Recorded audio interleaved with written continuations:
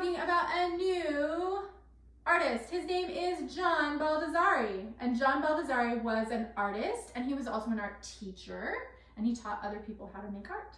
And when he was younger, he used to make paintings, and he would paint, and he would paint, and he would paint, and he would also teach other people how to paint and make art. What do you do with the Play-Doh? I'll show you in a minute.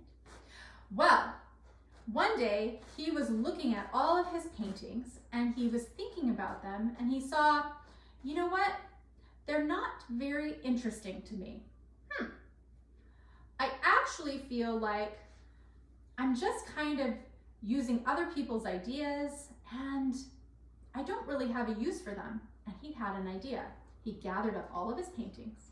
What did he do? He gathered up all of them and he put them in a bin. And he put them in a bin. And he set it on fire. Oh my goodness. And he burnt every one of his paintings. He said, I don't need them anymore. And he burnt them. And he burned and he burned and he had a big fire. And then when the fire was done, he had nothing left but ash. And you know what he did with that? All the rest of it? He said, I'm going to make cookies. What? So he took the ash from all of his paintings and he made little cookies. And he baked up little cookies. Yes, he baked cookies out of his art. He burnt up his art and then he baked up a plate of cookies.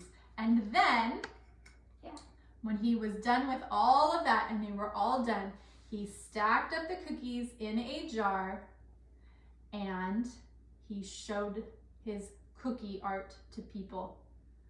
And he promised himself that he would never make boring art again. And from that point on, he taught students how to think creatively, not how to paint in a certain way, not how to make certain types of art. He wanted his students to think creatively. You want the fire to come back? Yeah. That was a pretty good part.